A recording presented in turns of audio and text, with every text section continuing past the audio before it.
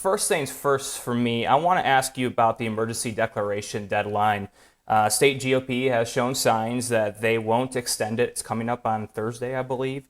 What could that prevent you from doing? Why should it be extended? And what will you do if it's not? The source of my authority comes from a number of different places. And so we will remain in a state of emergency regardless. But the legislature has been a good partner in most regards. And I am hopeful that they will extend this state of emergency because their action is what continues to give our frontline first responders protection.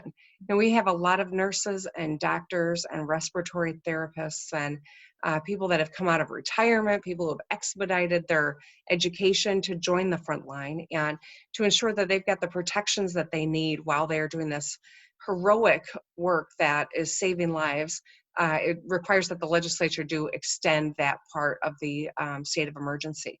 You know, we've seen states of emergency declared for things like sinkholes that last for months.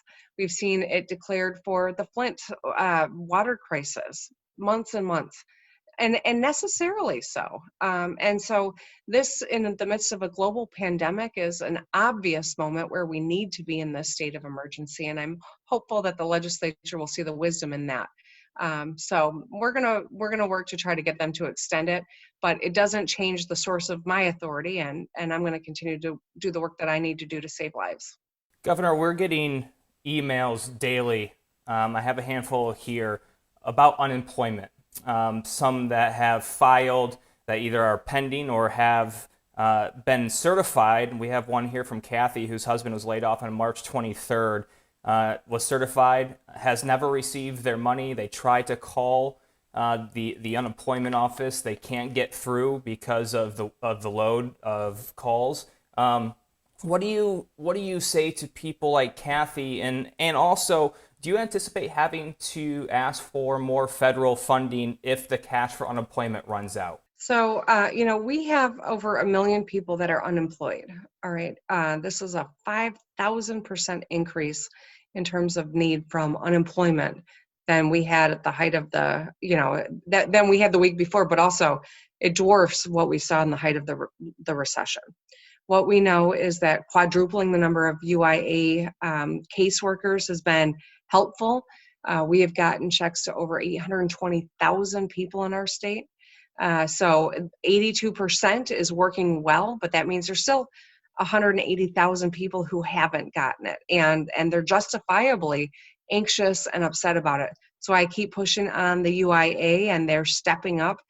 We've made great strides, but until everyone's needs are met, their unemployment that they earned, we will not stop working and redoubling our efforts. And so I just ask that they continue to go online, see when the queue is for people with the last name with the letter that they have, and get in through the system through that way.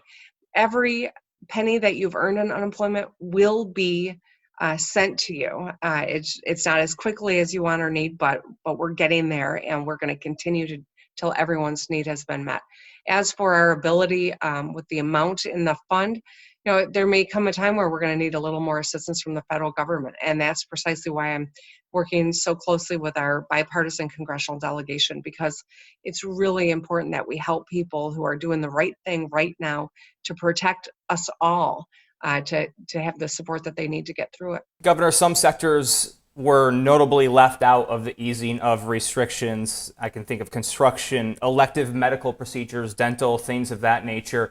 Where do those stand in terms of your evaluation, why they were not eased in this latest order, and where we go moving forward? Well, every epidemiologist and healthcare expert, public health expert in the country will tell you we have to be very slow about how we re-engage. It's easy to stop. It's hard to start to re-engage, and assessing risk and understanding the nature of different types of work. My husband's a dentist. He has gone in for emergencies. That's, he needs to do that. That's life sustaining.